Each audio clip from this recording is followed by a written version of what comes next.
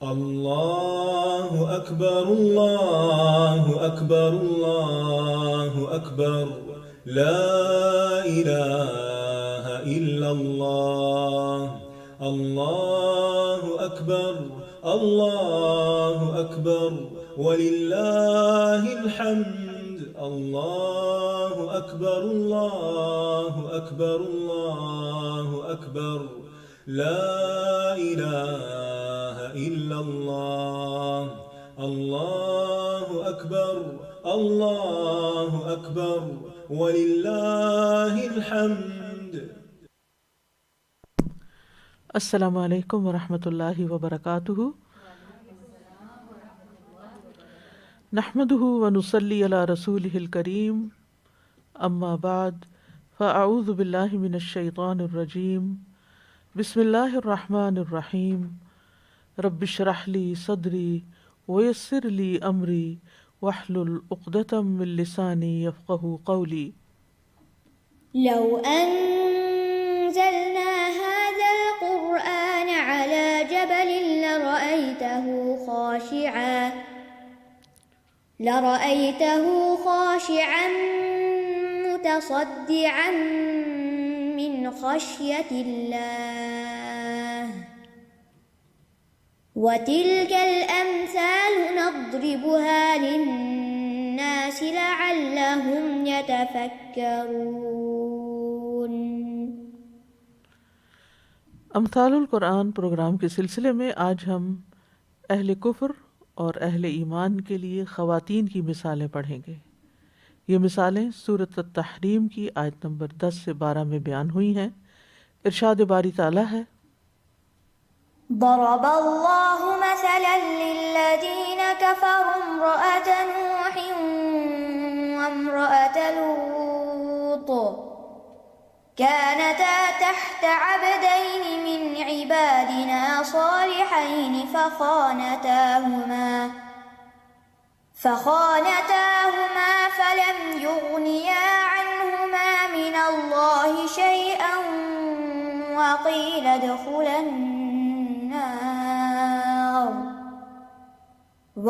ادخلا النار مع الداخلين. وضرب الله مثلا للذين آمنوا امرأة فرعون إذ قالت رب ابن لي عندك بيتا في الجنة ونجني من فرعون وعمله ونجني من القوم الظالمين.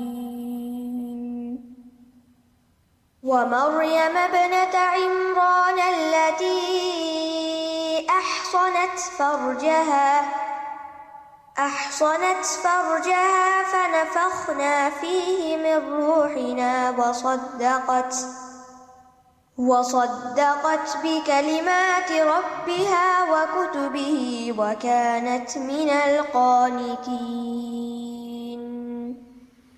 اللہ نے ان لوگوں کے لیے جنہوں نے کفر کیا نوح کی بیوی اور لوط کی بیوی کی ایک مثال بیان کی ہے علیہم السلام. وہ دونوں ہمارے دو نیک بندوں کے ماتحت تھیں، تو ان دونوں عورتوں نے ان سے خیانت کی، تو وہ دونوں اللہ کے مقابلے میں ان کے کچھ بھی کام نہ آ سکے، اور کہہ دیا گیا کہ آگ میں داخل ہونے والوں کے ساتھ تم دونوں بھی داخل ہو جاؤ. اور اللہ نے ان لوگوں کے لیے جو ایمان لائے فرعون کی بیوی کی مثال بیان کی ہے، جب اس نے کہا اے میرے رب، میرے لیے اپنے پاس جنت میں ایک گھر بنا دے، اور مجھے فرعون سے اور اس کے عمل سے نجات دے، اور مجھے ظالم قوم سے نجات دے. اور عمران کی بیٹی مریم کی مثال بیان کی، جس نے اپنی شرمگاہ کو محفوظ رکھا تو ہم نے اس میں اپنی طرف سے روح پھونک دی، اور اس نے اپنے رب کے کلمات اور اس کی کتابوں کی تصدیق کی، اور وہ فرما برداروں میں سے تھی. تو یہاں ہم دیکھتے ہیں کہ 4 خواتین کی مثال بیان ہوئی ہے. 2 خواتین نبیوں کی بیویاں تھیں لیکن وہ کافروں کے لیے مثال بن گئیں، اور 2 خواتین، ایک ان میں سے فرعون کی بیوی حضرت آسیہ تھیں، اور دوسری مریم ابنت عمران، یہ اہل ایمان کے لیے ایک بہترین مثال قرار پائیں۔ یہ مثالیں چونکہ سورۃ التحریم کے شروع میں آئی ہیں، یہ مثالیں سورۃ التحریم میں آئی ہیں۔ اس سورت کے آغاز میں نبی صلی اللہ علیہ وسلم پر عتاب کیا گیا کہ جس چیز کو اللہ نے آپ کے لیے حلال کیا اسے اپنی ازواج کی خوشی کی خاطر آپ حرام کیوں کر رہے ہیں۔ اس کے بعد اللہ سبحانہ وتعالیٰ نے اہل ایمان کو حکم دیا کہ وہ اپنے آپ کو اور اپنے گھر والوں کو آگ سے بچائیں، اور یہ اس صورت میں ہی ممکن ہے جب وہ اللہ اور اس کے رسول کے احکامات پر عمل کریں۔ اس کے ساتھ ساتھ خالص توبہ کا بھی حکم دیا گیا، اور پھر ایمان والوں سے خطاب کر کے اللہ تعالیٰ فرماتے ہیں یا ایھا الذین آمنوا توبوا الی اللہ توبۃ نصوحا عسیٰ ربکم ان یکفر عنکم سیئاتکم ویدخلکم جنات تجری من تحتها الانہار۔ اور ایک اور خاص بات یہ کہ نبی صلی اللہ علیہ وسلم کے گھرانے میں آپ صلی اللہ علیہ وسلم نے اپنا ایک راز اپنی ایک بیوی سے شیئر کیا تھا، جس نے اسے آگے دوسری کو بتا دیا۔ تو اس کانٹیکس میں بھی یہ مثالیں ایک اہم معاملہ رکھتی ہیں، یا ایک اہم مثال ہیں کہ کس طرح اللہ سبحانہ وتعالیٰ کے ہاں اصل قدر و قیمت ایمان کی ہے، عمل صالح کی ہے، اچھے کردار کی ہے، چاہے وہ کسی کا بھی ہو اور کہیں بھی ہو، ورنہ ان چیزوں کے بغیر اگر کوئی پیغمبر کے گھر میں بھی ہے تو وہ چیز اس کو فائدہ نہیں دیتی جب تک کہ ایمان اور عمل صالح نہ ہو۔ کسی کافر کو مومن کا قرب فائدہ نہیں دیتا، کسی بد عمل کو عمل صالح والے کا عمل فائدہ نہیں دیتا، ہر ایک کو اپنے لیے خود کچھ کرنا ہے۔ تو آئیے دیکھتے ہیں پہلی مثال کو۔ ضرب اللہ مثلا للذین کفروا امرأۃ نوح وامرأۃ لوط۔ اللہ نے بیان کیا مثلا ایک مثال کو، یعنی اس طرح بیان کیا کہ جس سے بات واضح ہو جائے، اور وہ بات کیا ہے؟ للذین کفروا، سب سے پہلے کفر کرنے والوں کے لیے یہ مثال ہے۔ کس کی مثال؟ امرأۃ نوح وامرأۃ لوط، نوح علیہ السلام کی بیوی کی اور لوط علیہ السلام کی بیوی کی، یعنی ان دونوں خواتین کو کافر لوگوں کی مثال کے طور پر ذکر کیا گیا ہے۔ کتب تفاسیر میں ان خواتین کے نام بھی آتے ہیں، لیکن صحیح سند سے کوئی بات ثابت نہیں ہے کہ ان کا اصل نام کیا تھا، اور اس سے غرض بھی نہیں ہے، یہی تعارف کافی ہے کہ وہ انبیاء کی بیویاں تھیں۔ کانتا، وہ دونوں تھیں، تحت عبدین من عبادنا صالحین، ہمارے دو نیک بندوں کی زوجیت میں۔ یعنی تحت سے مراد یہاں کیا ہے؟ تحت سے مراد ان کی زوجیت میں ہونا، ان کی بیوی ہونا ہے، کیونکہ ان کی عصمت و عزت اور حفاظت جو تھی وہ ان انبیاء کے ذمہ تھی۔ یعنی سب لوگوں سے زیادہ ان کا تعلق اپنے شوہروں کے ساتھ تھا، اور وہ دونوں نبی تھے، وہ ان کے ساتھ رہتی تھی، وہ ہر چیز ان کے ساتھ شیئر کرتی تھی۔ یعنی ان کا اللہ کے دو عظیم پیغمبروں کے ساتھ ایک قریبی تعلق تھا۔ ہم جانتے ہیں کہ بیوی تمام رشتوں میں شوہر سے زیادہ قریب ہوتی ہے، ان دونوں کے درمیان کوئی حجاب نہیں ہوتا، دونوں اپنی زندگی کے زیادہ حصے کو ایک دوسرے کے ساتھ شیئر کرتے ہیں، اپنی زندگی کے بہت سی خوشیاں اور غم ایک دوسرے کے ساتھ شیئر کرتے ہیں، دونوں ساتھ مل کے چلتے ہیں اور ایک خاندان کو پروان چڑھاتے ہیں۔ لہٰذا قریب ترین رشتوں سے مثال بیان کی گئی ہے تاکہ بات سمجھ میں آئے۔ اور عبدین تثنیہ کا صیغہ ہے، عبد سے، اور اگر ہم دیکھیں تو 4 معنی میں استعمال ہوتا ہے۔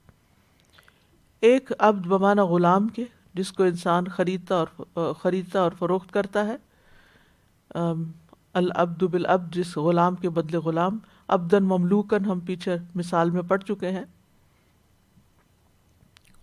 دوسرا عبد بمعنی ایجاد کے، یعنی وہ بندے جنہیں اللہ نے پیدا کیا، ایجاد کیا ہے۔ اس معنی میں عبودیت اللہ کے ساتھ مختص ہے، کسی دوسرے کی طرف نسبت جائز نہیں ہے۔ سورۃ مریم میں آتا ہے ان کل من فی السماوات والارض الا آتی الرحمن عبدا، تمام شخص جو آسمان اور زمین میں ہیں رحمان کے روبرو بندے بن کر آئیں گے۔ تو یہ اسی معنی کی طرف اشارہ ہے، یعنی اللہ نے، یعنی سارے ہم سب، جیسے سمپل ورڈز میں کہتے ہیں نا، ہم سب اللہ کے بندے ہیں، تو اس معنی میں۔ تیسرا ہے عبد بمعنی عبودیت کے، یعنی عبد وہ ہے، حقیقی عبد وہ ہے، یا عباد الرحمن وہ ہیں کہ جو اللہ تعالیٰ کی عبادت کر کے، اللہ تعالیٰ کے احکامات پر عمل کر کے عبودیت کا درجہ حاصل کر لیتے ہیں۔ اور یہ درجہ جو ہے، عبودیت کا مقام جو ہے، یہ اس کی دو قسمیں ہوتی ہیں۔ ایک وہ جو اللہ کے مخلص بندے بن جاتے ہیں، جیسے قرآن مجید میں آتا ہے وَاذْكُرْ عَبْدَنَا ایوب، نوح علیہ السلام کے بارے میں آتا ہے اِنَّهُ كَانَ عَبْدًا شَكُورًا، پھر آتا ہے إِلَّا عِبَادَكَ مِنْهُمُ الْمُخْلَصِينَ فَوَجَدَ عَبْدًا مِّنْ عِبَادِنَا۔ تو یہ وہ بندے ہیں جو اللہ کے مخلص بندے ہیں، خالص بندے ہیں، قریبی بندے ہیں۔ دوسرے جو دنیا کے بندے ہیں، مادی اشیاء کے بندے ہیں، مال و دولت کے بندے ہیں، ان کے غلام ہیں، جو دنیا کی پرستش میں لگے رہتے ہیں، دنیا کی طرف مائل رہتے ہیں، جن کے بارے میں نبی صلی اللہ علیہ وسلم نے فرمایا تعس عبد الدرہم تعس عبد الدینار، درہم و دینار کا بندہ ہلاک ہوا۔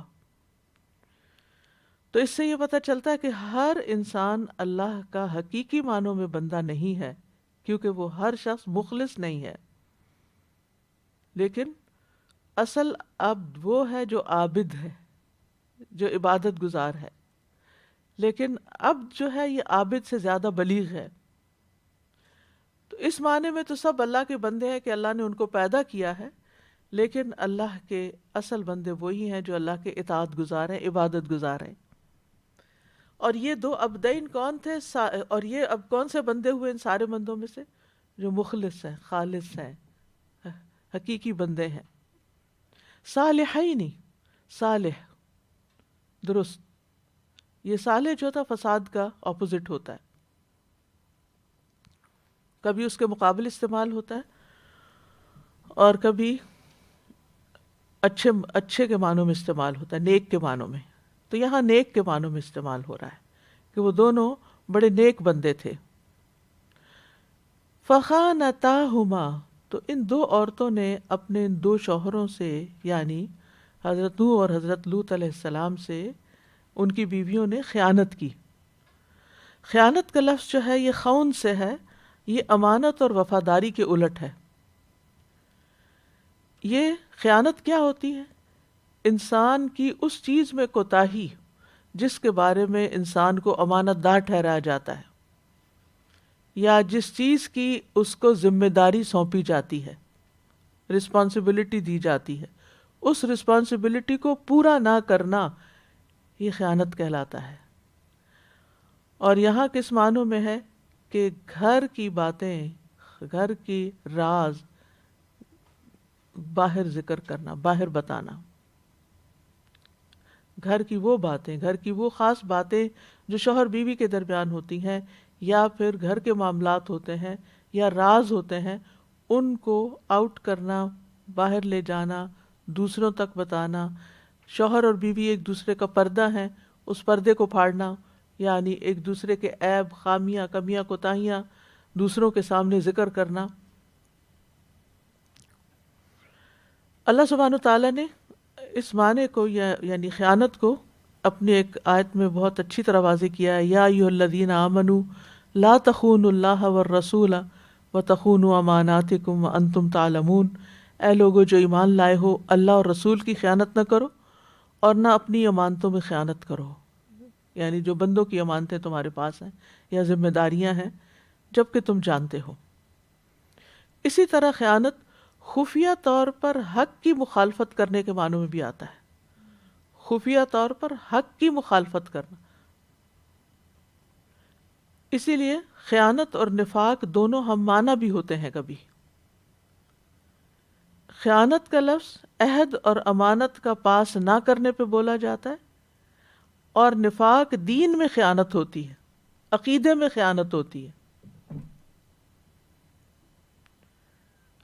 یعنی عہد شکنی کر کے حق کی مخالفت کرنا اور خفیہ طور پر عہد شکنی کرنا۔ تو ان دونوں بیویوں کی خیانت کیا تھی؟ ان کی خیانت گھریلو معاملات میں نہیں تھی، زوجی معاملات میں نہیں تھی، ان دونوں بیویوں کی خیانت مال میں نہیں تھی، عزت و عصمت میں نہیں تھی، شوہر کے جسمانی حق کے معاملے میں نہیں تھی، کیونکہ یہ بات حدیث سے ثابت ہوتی ہے کہ کسی نبی کی کوئی بیوی کبھی بدکاری کی مرتکب نہیں ہوئی، زنا کی مرتکب نہیں ہوئی۔ یعنی شادی شدہ عورت کا زنا کرنا بھی شوہر سے خیانت ہے۔ اور نیک بیویوں کی یا نیک عورتوں کی جو صفت قرآن مجید میں بیان ہوئی ہے وہ کیا ہے؟ فالصالحات قانتات حافظات للغیب بما حفظ اللہ، تو اس میں اپنی عزت و عصمت کی حفاظت بھی آ جاتی ہے۔ تو یہاں ان دونوں بیویوں کی خیانت پھر کیا تھی؟ وہ تھی ایمان کے تقاضوں کی خیانت۔ یہ وہ خیانت تھی جو ایک منافق کرتا ہے۔ یعنی منافق کیا کرتا ہے؟ 4 باتیں جس میں وہ پکا منافق ہے: بات کرے تو جھوٹ بولے، عہد کرے تو پورا نہ کرے، امانت رکھی جائے تو خیانت کرے، اور جھگڑے تو گالی دے۔ ایک اور روایت میں آتا ہے، یعنی اسی روایت میں آتا ہے۔ اور اس میں آپ دیکھیے کہ یہاں پر یہ اپنے اس عہد کی بھی خفیہ طور پر عہد شکنی کر رہی ہیں جو ایک انسان ایمان لا کر اللہ تعالیٰ سے باندھتا ہے، یا پھر شادی کرنے کے بعد ایک شوہر کے ساتھ ایک مل جل کے زندگی بسر کرنے کا جو ایک عہد ہوتا ہے۔ اور پھر یہ کہ ایمان کے جو تقاضے تھے ایک پیغمبر کی بیوی ہونے کی حیثیت سے، یعنی وہ اس میں خیانت تھی۔ ان کا فرض کیا بنتا تھا کہ یہ شوہر کی ذمہ داریوں میں ان کے لیے مددگار بنے، ان کے لیے سپورٹ بنے، ان کا ساتھ دیں، کیونکہ والمؤمنون والمؤمنات بعضهم اولیاء بعض یأمرون بالمعروف وینہون عن المنکر۔ مومن مرد اور مومن عورتیں ایک دوسرے کے مددگار ہوتے ہیں، وہ نیکی کا حکم دیتے ہیں، برائی سے روکتے ہیں۔ لیکن انہوں نے خیانت کی اپنے شوہروں سے، یعنی کہ نوح علیہ السلام کی بیوی نے بھی خیانت کی، لوط علیہ السلام کی بیوی نے بھی خیانت کی۔ اور وہ کیا تھی کہ انہوں نے اپنی راہ الگ نکال لی۔ یہ اپنے شوہر کے اس ذمہ داری اور اس کے تقاضوں کے ساتھ پوری طرح ہم آہنگ نہیں تھی، اس سے متفق نہیں تھی۔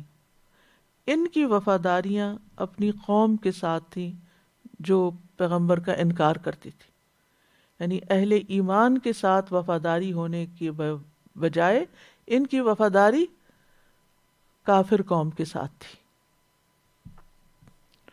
یہ دونوں منافق تھیں، سمپل ورڈز میں آپ یوں کہہ سکتے ہیں۔ بظاہر ایمان کا اظہار کرتی تھی لیکن دل میں کفر چھپاتی تھی۔ یہ ان دونوں کی خیانت تھی۔ ابن عباس کہتے ہیں کہ کسی عورت نے کسی نبی پر سرکشی نہیں کی، بلکہ ان دونوں کی خیانت دین میں تھی، ظاہری طور پر فرما بردار تھی، یعنی بظاہر جی بالکل جی بالکل جی ہاں جی ہاں، لیکن اندر سے وہی کرتی تھی جو مرضی ہوتی تھی۔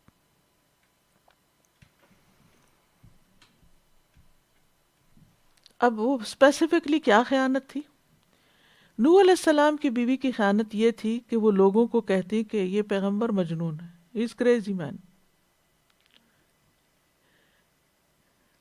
جب کوئی نوح علیہ السلام پر ایمان لاتا تو وہ وقت کے جابر حکمران کو بتا دیتی کہ فلاں ایمان لے آیا ہے، وہ ہمارے گھر آیا تھا، وہ بھی ہمارے ساتھ مل گیا ہے، یعنی ایک طرح سے گھر کی جاسوسی کرتی۔ وہ کہتے ہیں نا گھر کا بھیدی لنکا ڈھائے۔ تو وہ بجائے اس کے کہ اپنے شوہر کو سپورٹ کرتی، وہ غیروں کو سپورٹ کر رہی تھی، کفار کو سپورٹ کر رہی تھی، کافر قوم کا ساتھ دیتی تھی۔ ابن عباس سے ایک اور روایت میں آتا ہے ان دونوں کی خیانت یہ تھی کہ نوح علیہ السلام کی بیوی ان کے راز افشا کرتی تھی۔ جب کوئی شخص نوح علیہ السلام پر ایمان لے آتا تو نوح علیہ السلام کی ظالم قوم کو اس بات کی خبر دے دیتی۔ اور جہاں تک لوط علیہ السلام کی بیوی کا تعلق ہے تو لوط علیہ السلام جب کسی کو اپنے ہاں مہمان ٹھہراتے تو وہ شہر کے لوگوں میں اس کی خبر دے دیتی تاکہ وہ بدعملی کرنا چاہیں ان کے ساتھ تو کر لیں۔ اور باقی بھی تفصیلات آتی ہیں کہ وہ گھر میں آگ جلا دیتی جس سے دھواں نکلنے لگتا، جس سے لوگوں کو پتہ چل جاتا کہ ان کے گھر میں کوئی مہمان آئے ہیں، اور پھر وہ چڑھ دوڑتے، اور وہ جیسے وہ فرشتے آئے تھے اور انہوں نے ہی خبر دی تھی کہ گھر میں نوجوان لڑکے آئے ہیں، جس کی وجہ سے قوم کے لوگ ان کے گھر پہ چڑھ دوڑے تاکہ وہ ان فرشتوں کے ساتھ جو بہت خوبصورت نوجوان تھے بدعملی کر سکیں۔ اب اس خیانت کا نتیجہ کیا ہوا؟ فلم یغنیا عنہما من اللہ شیئا، تو وہ دونوں نبی اپنی بیویوں کو اللہ سے بچانے میں کام نہ آ سکے۔ چاہے وہ نبی تھے، ان کا بڑا مقام تھا، لیکن چونکہ بیویوں کے اندر خیانت تھی لہٰذا وہ بچا نہیں سکے، ان کو فائدہ نہیں دے سکے، کام نہ آ سکے۔ وقیل ادخلا النار مع الداخلین، دونوں سے کہہ دیا گیا کہ آگ میں جانے والوں کے ساتھ تم بھی آگ میں چلی جاؤ، یعنی ان کے اعمال کا جو انجام تھا وہ بہت برا ہوا۔ نبی کی بیوی ہوتے ہوئے بھی عذاب سے نہ بچ سکی۔ نبیوں کے اندر یہ قوت نہ تھی کہ وہ اپنی بیویوں سے عذاب کو ہٹا سکتے۔ بیوی اور شوہر کا رشتہ کیسا بھی ہو، بہرحال دونوں کے درمیان کچھ نہ کچھ اقدار یعنی ایک دوسرے سے ہم آہنگی ہوتی ہے، کچھ اقدار ملتی جلتی ہوتی ہیں، کچھ انٹرسٹ ایک جیسے ہوتے ہیں، ایک وقت ساتھ گزارا ہوتا ہے، ایک تعلق ہوتا ہے، اس کی بنا پر آخری عمر میں خاص طور پر دونوں ایک دوسرے کے لیے کچھ نہ کچھ سپورٹ بن جاتے ہیں، اختلافات بھول جاتے ہیں، کوئی بیمار ہو جائے، کوئی مصیبت میں پڑ جائے تو ساری پچھلی باتیں بھول کے انسان آگے بڑھ کر مدد کرتا ہے۔ لیکن یہاں پر جب یہ مصیبت میں پڑی تو شوہر کام نہیں آ سکے۔ تو اس سے کیا پتہ چلتا ہے کہ کسی کا رشتہ دار کتنا بھی اس کے قریب ہو، کتنا بھی یعنی شوہر بیوی سے زیادہ کون سا رشتہ ایک دوسرے کے قریب ہو سکتا ہے، کتنا بھی قریب ہو، لیکن اس کی نیکیاں گناہگار کو، بدکار کو کام نہیں آ سکتی۔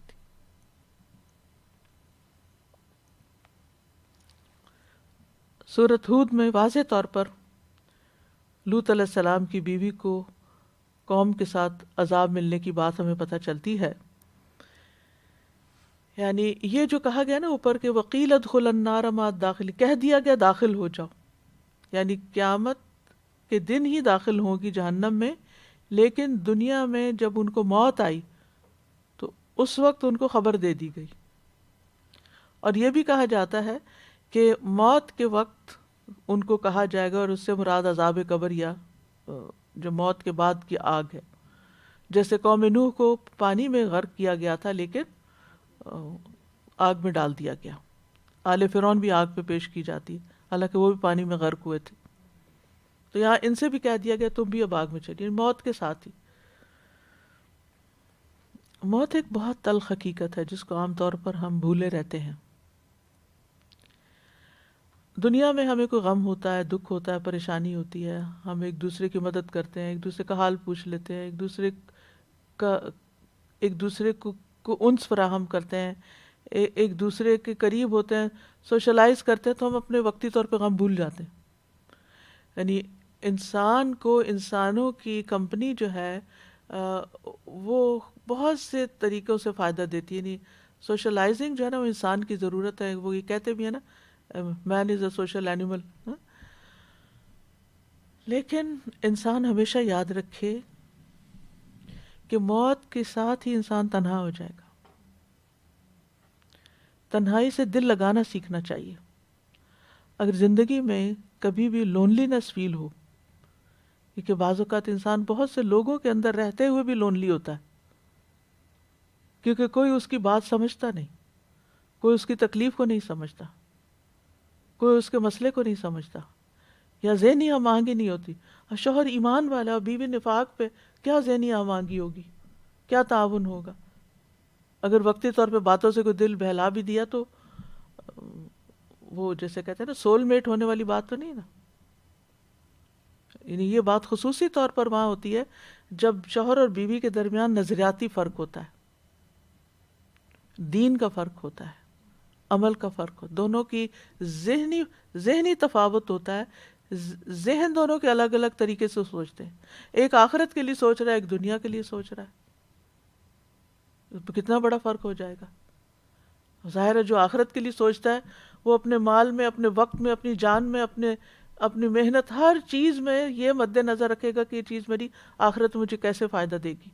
اور جو دنیا کے لیے سوچتا ہے وہ بالکل اس کے الٹ سوچے گا، وہ دوسرے کو بے وقوف سمجھے گا، ہر وقت کی لڑائی ڈالے رکھے گا. تو دنیا کی جدائی، دنیا کی تنہائی کوئی تنہائی نہیں ہے. یعنی یہ جو لونلی نیس ہے نا، یہ آج کی دنیا میں بہت بڑا مسئلہ ہے. کچھ لوگ تو واقعی فزیکلی لونلی ہوتے ہیں کیونکہ بچے ساتھ چھوڑ جاتے ہیں، یا شادی نہیں ہوتی، یا ویسے ہی خاندان کوئی نہیں ہے، حرام کے بچے ہیں، کوئی کسی نے اون ہی نہیں کیا، کہاں ہومز میں پلے، کہاں لوگوں کے پاس پلے، کہیں ان کو چھوڑ کے چلے گئے. طرح طرح کی تنہائیاں ہیں. لیکن یہ تنہائیاں کچھ نہیں، کوئی حقیقت نہیں رکھتی زیادہ، کیونکہ پھر بھی انسان تنہا ہوتے ہوئے بھی کہیں نہ کہیں کسی سے ملاقات کر لیتا ہے، کسی کے پاس بیٹھ جاتا ہے، کسی کو کال کر لیتا ہے، کسی کے ساتھ چیٹ کر لیتا ہے، کسی نہ کسی طرح کوئی ٹی وی پہ کچھ دیکھ لیتا ہے تو وقتی طور پہ ان سے کنیکٹ کر لیتا ہے اپنے آپ کو. یعنی کوئی کچھ نہ کچھ ان کو حرکت زندگی کی نظر آتی رہتی ہے دائیں بائیں. بالکل تنہائی نہیں ہے، لیکن ہر انسان اپنے آپ کو تنہائی کے لیے تیار کر لے، کیونکہ موت اس کو سب سے بڑی تنہائی دینے والی ہے. قبر اس کے لیے تنہائی کا مقام ہے. کوئی ساتھ نہیں ہوگا، کوئی کام نہیں آئے گا، کوئی فائدہ نہیں دے گا.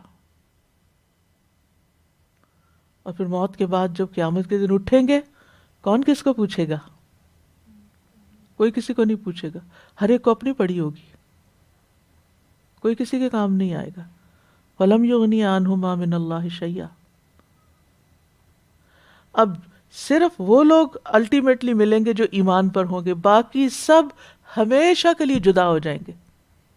بس یہ 4 دن کا وقت ہے، اچھے سے گزار لیں لوگوں کے ساتھ. کوئی پتہ نہیں کہ کل کس کے ساتھ دوبارہ ملنا نصیب ہوتا ہے یا نہیں ہوتا. اپنا نہیں پتا کسی کو کہ ہمارا انجام کیا، دوسرے کا کیا خبر. اگر دونوں اللہ کی خاطر محبت کرتے ہیں تو عرش کا سایہ نصیب ہو اور وہاں ہو سکتا ملاقات ہو جائے. لیکن وہاں بھی جب تک جنت میں پہنچ نہیں جاتے تو ایک فکر تو لائق ہوگی نا کہ آگے ابھی قنطرہ بھی ہے جہاں حساب کتاب ایک اور ہے. اور اگر دونوں جہنم میں جاتے ہیں تو ہر ایک کو اپنی پڑی ہے، اور اگر ایک جنت میں جاتا ہے اور ایک جہنم میں جاتا تب بھی جدائی. تو یہ رشتے بڑے ہی نازک ہیں. یہ رشتے صرف چند دن کے ہیں، یہاں کے لیے ہی ہیں. آگے ایک طویل تنہائی ہے اور اس کے بعد ملاپ ہے، اور وہ بھی خوش قسمت لوگوں کا ملاپ ہے. اس لیے انسانوں کی قدر بھی کرنی چاہیے اور اس وقت کو لوگوں کے ساتھ اچھے سلوک سے گزارنا بھی چاہیے. تو بہرحال لوط علیہ السلام کی بیوی کو ان کی قوم کے ساتھ عذاب دیا گیا. سورۃ ہود میں آتا ہے قالوا یا لوط انا رسل ربک لن يصلوا الیک فاسر باہلک بقطع من اللیل ولا یلتفت منکم احد الا امرأتک انہ مصیبها ما اصابہم ان موعدہم الصبح الیس الصبح بقریب. انہوں نے کہا اے لوط، بے شک ہم تمہارے رب کے بھیجے ہوئے فرشتے ہیں، وہ ہرگز تم تک نہیں پہنچ سکیں گے. بس تم رات کے ایک حصے میں اپنے گھر والوں کو نکال لے جاؤ اور تم میں سے کوئی ایک بھی پیچھے پلٹ کے نہ دیکھے سوائے تمہاری بیوی کے. بے شک اسے وہی عذاب پہنچنے والا ہے جو انہیں پہنچے گا. کیونکہ اصل تعلق دل کا ہوتا ہے نا، اصل ہمدردیاں دل سے وہ قوم کی ہمدردی، لہٰذا جو قوم کو پہنچے گا وہی اس کو پہنچے گا. بے شک ان کے وعدے کا وقت صبح کا ہے. کیا صبح قریب نہیں؟ بس تھوڑا سا وقت باقی ہے، اپنے مقرر وقت پر عذاب آ جائے گا. تو اس مثال کو اس لیے بیان کیا گیا ہے کہ کافر اس سے عبرت پکڑیں، اپنی جہالت سے نکل آئیں، اپنی گمراہی سے نکل آئیں، اور خاص طور پر اس عقیدے سے باز آ جائیں کہ وہ سمجھتے ہیں ان کے بت قیامت کے دن ان کی سفارش کریں گے اور ان کو اللہ سے چھڑا لیں گے. انبیاء اپنی بیویوں کو نہیں چھڑا سکے تو یہ بت تمہیں کہاں سے چھڑا سکیں گے؟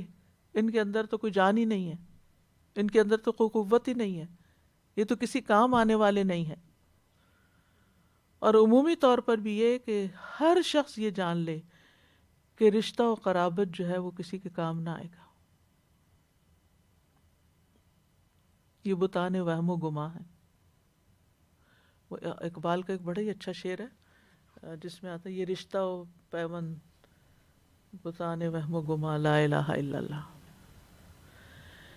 جس میں کہتے ہیں کہ یہ جتنے بھی رشتے ہیں اور یہ جو تعلقات ہیں اور یہ ساری جو دنیا کا مال و متاع ہے، یہ مال و دولت دنیا، یہ رشتہ و پیوند جی بتانے وہم و گماں لا الہ الا اللہ. ایک بت تو ان لوگوں کے تھے نا جو انہوں نے بت بنائے ہوئے تھے، اور ایک یہ ہمارے بت ہیں، مال و دولت دنیا اور رشتہ و پیوند.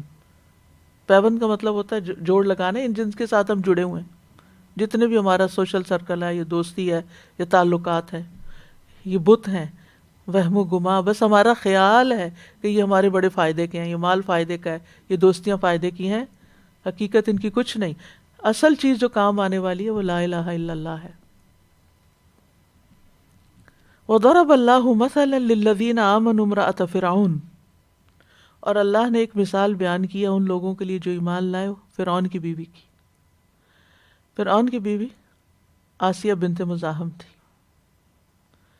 یہ ایسا نام ہے جو نیکی اور اصلاح میں مشہور ہے، لیکن یہ ایک ایسے ظالم آدمی کے نام کے ساتھ ملا ہوا ہے جو اللہ کی مخلوق میں سب سے زیادہ متکبر اور ظالم و جابر اور فاجر انسان تھا. موسیٰ علیہ السلام کی زندگی میں مصر کا حاکم تھا. موسیٰ علیہ السلام کو ان کی طرف بھی نبی بنا کر بھیجا گیا، یعنی فرعون اور اس کی قوم کی طرف، اور وہ بنی اسرائیل کی طرف بھی نبی تھے، اسی لیے ان کو نبی رسولہ کہا جاتا ہے.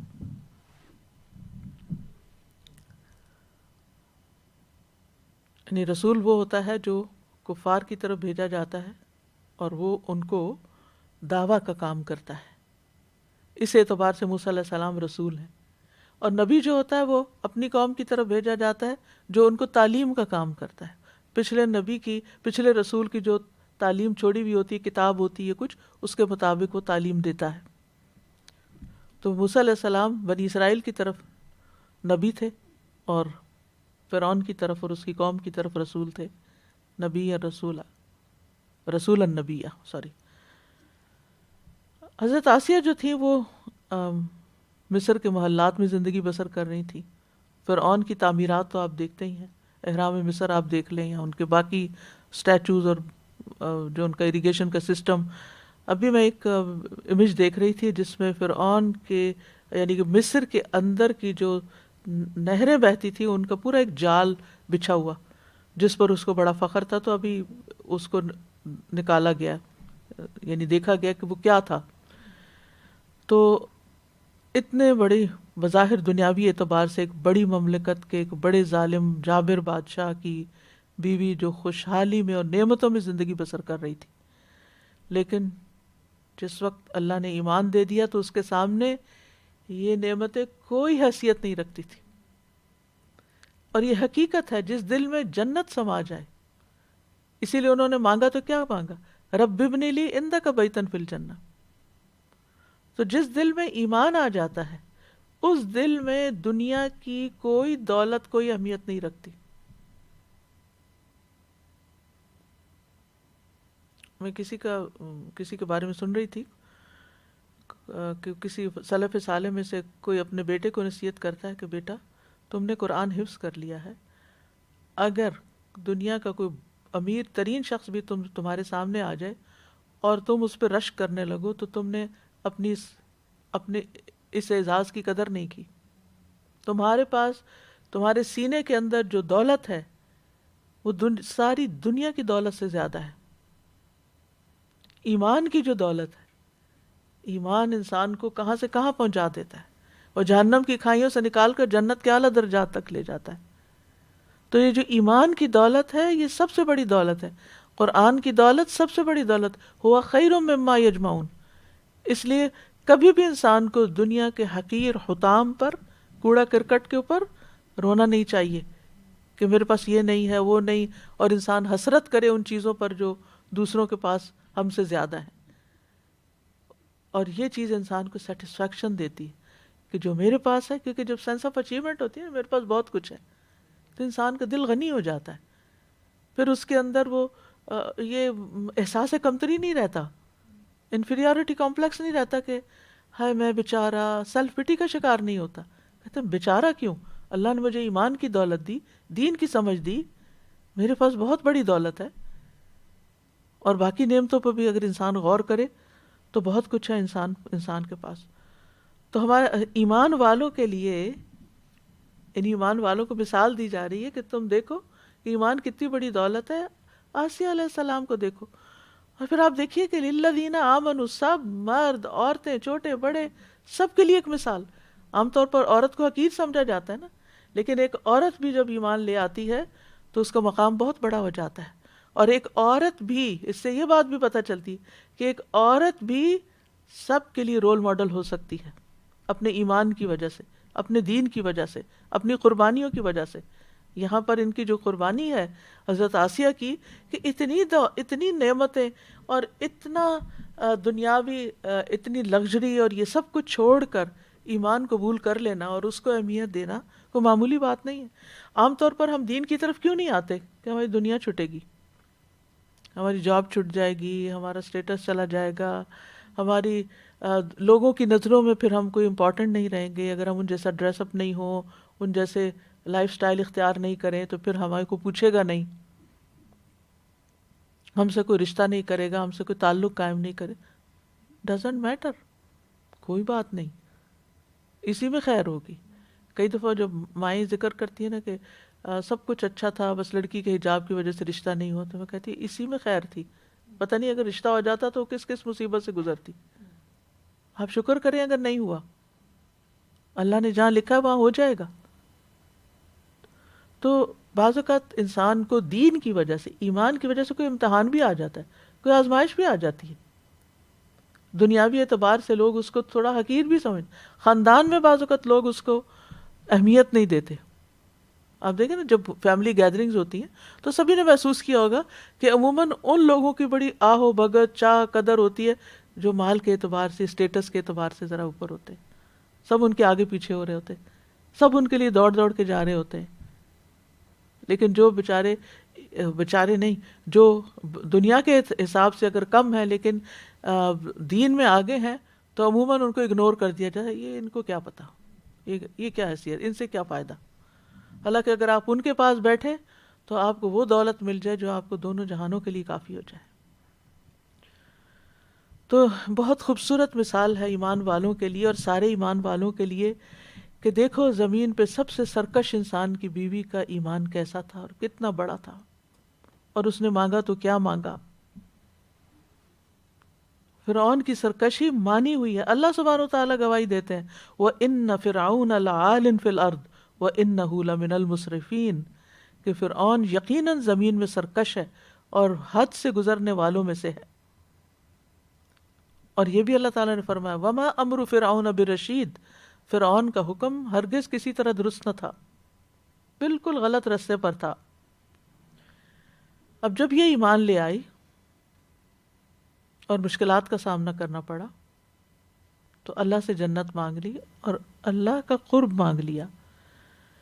اذ قالت رب ابن لی عندک بیتا فی الجنہ، جب کہنے لگی اے میرے رب میرے لیے اپنے پاس جنت میں گھر بنا دے، اپنے پاس پہلے. ابن کثیر کہتے ہیں ثابت بنانی کے ریفرنس سے کہ فرعون کے بارے میں کہا جاتا ہے وَفِرْعَوْنَ ذِی الْأَوْتَادِ، فرعون جو میخوں والا تھا، اس وجہ سے کہا جاتا ہے کہ اس نے اپنی بیوی کے لیے 4 میخیں گاڑ دی. کہتے ہیں اس کو دھوپ میں لٹا کے اس کے 2 ہاتھ اور 2 پاؤں، ان دونوں پر کیل ٹھونکے زمین میں جکڑ دیا اور پشت پہ یعنی الٹا لٹایا اور پیٹھ پہ بھاری پتھر کی چکی رکھ دی، حتیٰ کہ حضرت آسیہ فوت ہو گئی.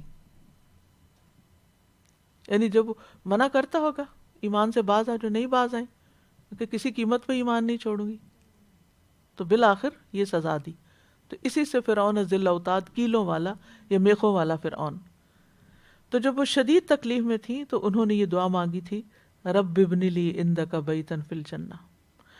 سلسلہ صحیحہ میں آتا ہے، ابو ہریرہ کہتے ہیں فرعون نے اپنی بیوی کے دونوں ہاتھوں اور دونوں پاؤں کے لیے 4 میخیں گاڑی. جب وہ فرعونی ان سے جدا ہوتے تو فرشتے ان پہ سایہ کر لیتے. انہوں نے دعا کی، رب ابن لی عندک بیتا فی الجنہ ونجنی من فرعون وعملہ ونجنی من القوم الظالمین. اے میرے رب، میرے لیے اپنے پاس جنت میں گھر بنا، مجھے فرعون اور اس کے عمل سے یعنی اس کے ظالمانہ فعل سے نجات دے، اور مجھے ظالم لوگوں سے جو فرعونی اس کے حکم کے تحت یہ سارے ظلم ڈھا رہے تھے ان پر، اللہ مجھے ان سے بھی چھٹکارا نصیب فرما. تو اللہ سبحانہ وتعالیٰ نے جنت میں ان کے گھر سے پردہ ہٹا کر ان کو دکھا دیا. ابن جریر کہتے ہیں کہ فرعون کی بیوی کو دھوپ میں کھڑا کر کر کے ایذا دی جاتی. فرعون جب انہیں دھوپ میں کھڑا کر کے چلا جاتا تو پھر فرشتے اپنے پروں سے ان پہ سایہ کر دیتے اور وہ جنت میں اپنا گھر دیکھا کرتی. اسی طرح ابن جریر نے ایک اور روایت میں لکھا ہے کہ فرعون کی بیوی پوچھتی کہ کون غالب آیا ہے. انہیں بتایا جاتا موسیٰ اور ہارون غالب آئے ہیں. وہ کہتی میں موسیٰ اور ہارون کے رب پر ایمان لاتی ہوں. جب انہوں نے یہ کہا کہ میں ان پر ایمان لاتی ہوں تو فرعون نے پیغام بھیجا، کیونکہ فرعون بہت بفرا ہوا تھا نا کہ وہ ہار گیا تھا اتنے بڑے مقابلے میں. جتنا بڑا کسی کا تکبر ہوتا ہے، جو جتنا اوپر چڑھا ہوتا ہے، جب وہ گرتا ہے تو بڑی چوٹ لگتی ہے، اس کو زیادہ چوٹ لگتی ہے. جو ایک معمولی انسان ہوتا ہے وہ گرے پڑے بھی تو اس کو پتہ نہیں چلتا. تو فرعون کو اور زیادہ غصہ آ گیا. اس نے پیغام بھیجا کہ کوئی سب سے بڑی چٹان دیکھو اور آسیہ پہ گرا دو. اگر یہ اپنی بات سے باز آ گئی تو میری بیوی ہے. تو وہ کہاں باز آنے والی تھی؟ تو وہ کارندے جو قوم الظالمین تھی وہ بڑے بھاری پتھر کی چٹان لے آئے. تو انہوں نے آسمان کی طرف نظر اٹھائی، یعنی حضرت آسیہ نے، اور جنت میں اپنا گھر دیکھ لیا. اپنی بات پہ قائم رہیں. اسی حال میں ان کی روح پرواز کر گئی اور ان کے مردہ جسم پر وہ چٹان ڈال دی گئی. اور یہاں اس دعا کے اندر بڑی خوبصورتی ہے. علماء کہتے ہیں کہ فرعون کی بیوی نے گھر سے پہلے پڑوسی کو منتخب کیا. نیبرہڈ کیسا ہے؟ انہوں نے جنت بعد میں مانگی، اللہ کا قرب پہلے مانگا. رب ابن لی عندک بیتا فی الجنہ، عندک بیتا فی الجنہ، تیرے قریب ترین گھر چاہیے، تیرا قرب چاہیے. یہ ہوتی ہے محبت، کیونکہ جس سے محبت ہوتی ہے نا انسان اس کے قریب رہنا چاہتا ہے، اور یہ پہلی نشانی ہوتی ہے، انسان اس کے قریب آتا ہے. یہ نہیں ہو سکتا کہ کوئی دور دور رہے اور کہ مجھے آپ سے بڑی محبت ہے. وہ کون مانے گا اس کو؟ کیونکہ اس محبت کے اندر اتنی کشش ہوتی ہے. تو جس کے اندر اللہ کی محبت ہے وہ بھی اللہ سبحانہ تعالیٰ کا قرب حاصل کرنے کے لیے تڑپے گا، اور خاص طور سے سجدوں سے اس کو محبت ہو جائے گی. سجدے سے سر اٹھانے کو دل نہیں چاہے گا، سجدے میں لذت آ جائے گی. نماز سے محبت ہو جائے گی، نماز بھاری نہیں لگے گی. فرصت کی نماز کو دل چاہے گا کہ دل لگا کے آرام سکون سے پڑھو. کیونکہ کچھ اوقات ہماری زندگیوں میں ایسے ہوتے ہیں نا، جب گھر والوں کے تقاضے ہوتے ہیں، کچھ اور کام ہوتے ہیں، ہری ہوتی ہے، رش ہوتا ہے، جتنا چاہیں آپ کنسنٹریٹ نہیں کر سکتے. لیکن الحمدللہ دن میں کوئی نہ کوئی وقت ایسا آ جاتا ہے جب سب لوگ اپنے کام میں مشغول ہیں، تو پھر آپ اپنے کام میں مشغول ہوں. وہ نماز جو پڑھیں تو پھر خوب دل لگا کے پڑھیں، خوب اچھے سے سجدہ کر کے، خوب انجوائے کر کر کے، جیسے کہتے ہیں نا مزہ لے لے کے. تو یہ بہت ضروری ہے، اور اس سے آپ اپنے دل کا جائزہ لے سکتے ہیں کہ آپ کے دل میں واقعی اللہ کی محبت کتنی ہے. جلدی جلدی نہ کیا کریں کہ جلدی سے سجدہ کروں، ٹھونگے مار کے اٹھ جاؤں. یہ منافق کی نماز ہوتی ہے جس کا دل اللہ کی طرف نہیں ہوتا. مومن کی نماز فرق ہوتی ہے. ٹھیک ہے، اس کا یہ مطلب نہیں کہ گھر والے بھوکے بیٹھے ہیں، وہ انتظار کر رہے ہیں، افطار کے ٹیبل پہ بیٹھے ہیں اور آپ لمبے سجدے کر رہے ہیں اور آپ لمبے لمبے نوافل اس وقت نہیں. ابھی نوافل کا وقت آگے آ رہا ہے، جب سارے کھا پی کے اپنے اپنے کام میں لگ جائیں گے تو پھر اب آپ کے پاس بھی ٹائم ہے. فَإِذَا فَرَغْتَ فَانْصَبْ وَإِلَىٰ رَبِّكَ فَارْغَب. تو فارغ ہونے کی عبادت اور ہے اور مصروفیت کی عبادت اور ہے. جب آپ کے اوپر لوگوں کی ذمہ داریاں بہت ہوتی ہیں تو اس وقت آپ آگے پیچھے بھی کر لیتے ہیں فرض پڑھ لیے، سنت تھوڑی ٹھہر کے پڑھ لی، جیسے نبی صلی اللہ علیہ وسلم سے بھی ثابت ہے یہ بات. لیکن یہ نہیں کہ جب آپ کو فراغت بھی ہے، آپ کے پاس وقت بھی ہے، گھر میں بھی کوئی نہیں، آپ انجوائے کر کے نماز پڑھ سکتے ہیں، اس وقت بھی آپ جھٹ پر نماز پڑھ کے فون ساتھ رکھا ہوا ہے، بس آپ کا دھیان ادھر ہی ہے، ٹن بجی ہے، بیل بجی ہے، کیا ہوا ہے. یہ محبت نہیں ہے، یہ ہم اپنے آپ کو دھوکہ دے رہے ہیں. پھر ہمیں محبت ہے اپنے اس سوشل سرکل سے جس کے ساتھ ہم ہر وقت ان ٹچ رہتے ہیں، واٹس ایپ کے تھرو یا سیل کے تھرو. تو ہم سب کو اپنے دل کا جائزہ لینا چاہیے کہ کیسی محبت ہے، کیا قرب چاہتے ہیں اللہ کا. کیونکہ وسجد واقترب ہے. دنیا میں اگر قرب ملتا ہے اللہ کا تو سجدے میں ملتا ہے، اور پھر قرآن کے پڑھنے میں ملتا ہے. تو پھر قرآن کی تلاوت سے کتنی محبت ہے. کیا اس کو پڑھتے ہوئے انجوائے کرتے ہیں، یا ورقے گنتے رہتے کتنا رہ گیا اور کتنا باقی ہے، ختم ہونے میں کتنا رہ گیا ہے، اتنے سپارے رہتے ہیں ابھی میرے، رمضان ختم ہونے والا ہے. نہیں، ایسے تھوڑی کہ بس ایک حاضری لگوانی ہے اور لوگوں کو بتانا ہے کہ ہم نے پورا قرآن کیا تھا، یہ 10 کیے تھے، یہ کتنے کیے. انجوائے کریں، کیونکہ محبت میں ایک خوشی ہوتی ہے، محبت میں ایک لذت ہوتی ہے. جو کام محبت سے کیا جاتا ہے اس کی اپنی ایک خوبصورتی ہوتی ہے. تو ہم اس میں دیکھ سکتے ہیں کہ ہماری عبادتوں میں، قرآن کے ساتھ ہمارے تعلق میں، ہمارے سجدوں میں کتنی خوبصورتی ہے، کتنی خوشی ہے. پھر وہ کہتی ہیں ایک چیز مانگی اور ایک چیز سے نجات مانگی، وہ مل جائے، رب کا قرب مل جائے اور فرعون سے نجات مل جائے. وَنَجِّنِي مِن فِرْعَوْنَ وَعَمَلِهِ، کہ مجھے فرعون سے اور اس کی سزا سے نجات دے دے، یا مجھے اس بات سے نجات دے دے کہ میں ان کے طریقے پہ عمل کروں جس کی طرف یہ مجھے بلا رہے ہیں. کیونکہ وہ کہتے تھے ہمارے دین پہ لوٹ آؤ. یعنی فرعون کا عمل کیا تھا؟ کفر تھا، تکبر تھا. مجھے یہ عمل نہیں چاہیے، میں اس کا ساتھ اس میں نہیں دے سکتی. اس سے کیا پتہ چلتا ہے کہ لا طاعۃ لمخلوق فی معصیۃ الخالق. چاہے شوہر ہو، مخلوق کی اطاعت میں خالق کی نافرمانی نہیں کی جا سکتی، اللہ کو ناراض نہیں کیا جا سکتا. وَنَجِّنِي مِن فِرْعَوْنَ وَعَمَلِهِ. تو یہ دعا جو ہے بڑی ہی بے مثال دعا ہے، بڑی جامع دعا ہے کہ کس طرح جب ایمان دل میں راسخ ہو جاتا ہے تو ایک مومن عورت کی زبان سے کیسے الفاظ نکلتے ہیں. دنیا کی دولت پہ لات مار کے اور بڑے بادشاہ کو چھوڑ، یعنی کہ دنیا کے بادشاہ کو چھوڑ کر حقیقی بادشاہ کی طرف رغبت کرتی ہیں. تو جس عورت کا ایمان بلند ہوتا ہے اس کی سوچ کی پرواز بھی بڑی بلند ہوتی ہے. وہ چھوٹی چھوٹی چیزوں پہ، حقیر چیزوں پہ نہیں وہ ریجھ جاتی ہے اور اس کے پیچھے نہیں اپنی جان کھوتی. اس کا ویژن بلند ہوتا ہے، اس کی سوچ بلند ہوتی ہے، اس کے خواب بڑے بلند ہوتے ہیں. اور یہاں اسلام ایک عورت کو اپنے ایمان میں گرو کرنے، اپنے عمل میں آگے بڑھنے میں اس کو آزادی دیتا ہے. اس کا ایمان شوہر کے ایمان کے تحت نہیں ہے، اس کا عمل شوہر کے عمل کے تحت نہیں ہے کہ اوہ میرا شوہر بہت نیک ہے، میرے بھی کام آ جائے گا، مجھے بھی چھڑا لے گا، یا یہ کہ میں کیا کروں، وہ تو کچھ کرتا نہیں، سارا کچھ مجھے ہی کرنا ہے، ایسے گھر کے ماحول میں کیسے عبادت کر سکتی. نو، آپ کی اپنی دنیا ہے، اور اصل دنیا دل کی دنیا ہوتی.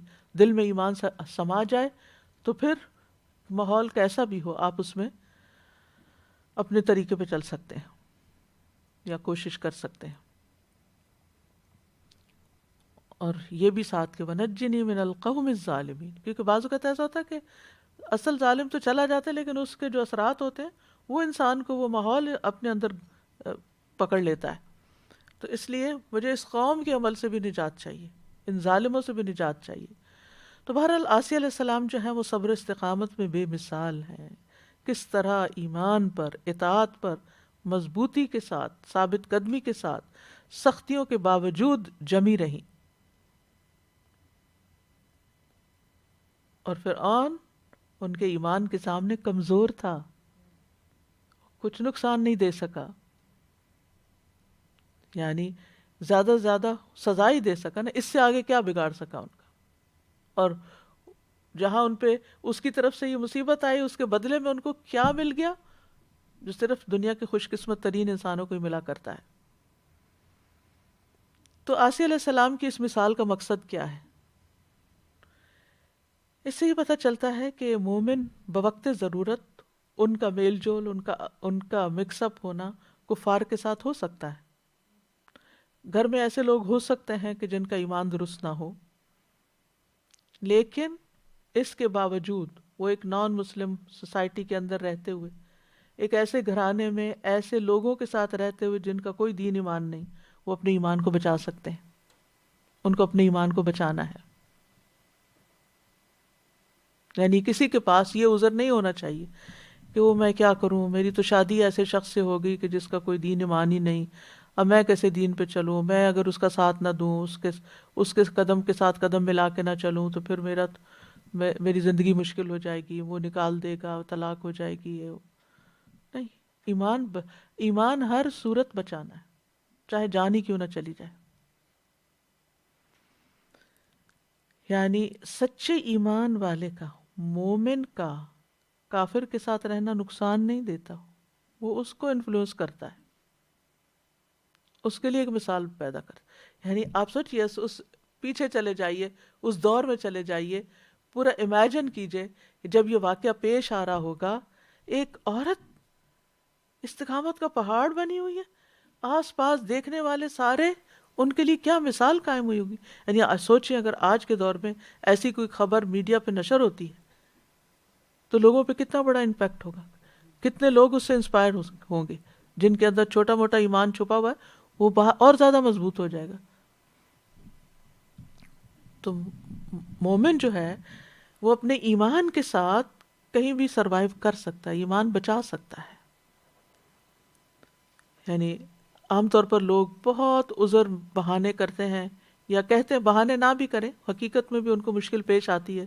ہم کیا کریں، ہم اس ملک میں رہتے ہیں، ہمارا میل جول ایسا، ہمارا نیبرہڈ ایسا ہے، ہمارے کولیگس ایسے ہیں، بچے شکایت کرتے ہیں سارے اسکول میں I am the only Muslim. آپ ان کو بھی کانفیڈنس دے سکتے ہیں کہ تمہارے پاس سب سے بڑی دولت ہے، سارے لوگ ایک طرف، تم ایک طرف. تو جب ایمان کی دولت کے اوپر ایک یقین آتا ہے، ایک خوشی آتی ہے، تو اس سے کوئی فرق نہیں پڑتا آس پاس کون ہے، بلکہ انسان ان کی بھی خیر سوچتا ہے.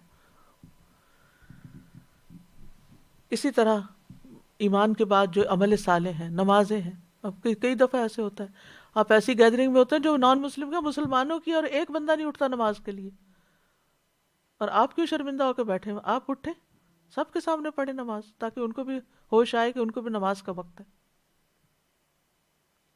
اسی طرح حجاب کا مسئلہ ہے. بعض اوقات بیٹیاں کہتی ہیں ہمارے اسکول میں کوئی لڑکی بھی حجاب نہیں، مسلم لڑکیاں بھی حجاب نہیں کرتی، میں ہی کیوں کروں؟ آپ بتائیں، آپ مومنہ ہیں، آپ کے اندر ایمان ہے، آپ کی ایک شان ہے اللہ کے نزدیک.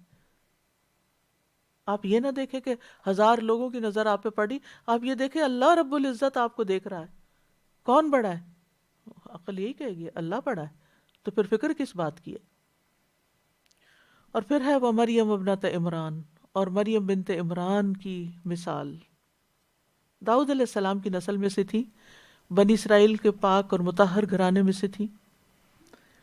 اللہ تعالیٰ نے ان کی والدہ کا انہیں جنم دینے کا واقعہ سورۃ آل عمران میں بیان کیا ہے کہ ان کی والدہ نے ان کو آزاد کرنے کی نظر مانی تھی، یعنی وہ بیت المقدس کی خدمت کریں گی، کیونکہ لوگ اس طرح اللہ کے گھر کی خدمت کر کے اللہ کا تقرب حاصل کرتے تھے. تو وہ چاہتی تھی کہ ان کی اولاد یہ خدمت انجام دے. اور یہ بھی ایمان کی دلیل ہے نا، جب ایمان مضبوط ہوتا ہے تو ایسے کام بہت بڑے لگتے ہیں، اور جب ایمان کمزور ہوتا ہے تو یہ چیزیں بڑی حقیر لگتی ہیں. یہ بھی کوئی کام ہے؟ اس مسجد کے اندر جھاڑو دینے والی عورت کا جنازہ نبی صلی اللہ علیہ وسلم دوبارہ پڑھا قبر پہ جا کر. یہ کام چھوٹا نہیں تھا. اللہ کے گھر کی خدمت چھوٹا کام نہیں ہوا کرتا. جتنی بھی شاعر اللہ ہیں، جتنی بھی ایسی چیزیں جو دین سے متعلق ہیں، اس میں سے کسی بھی خدمت کا نصیب ہو جانا یہ بہت بڑی سعادت کی بات ہوتی ہے. تو انہوں نے کہا کہ میرے پیٹ کا بچہ اللہ کے گھر کا خادم ہوگا، میں اپنا ذاتی کوئی کام اس سے نہیں لوں گی، آزاد ہوگا، یعنی میری طرف سے آزاد، میری طرف سے فارغ.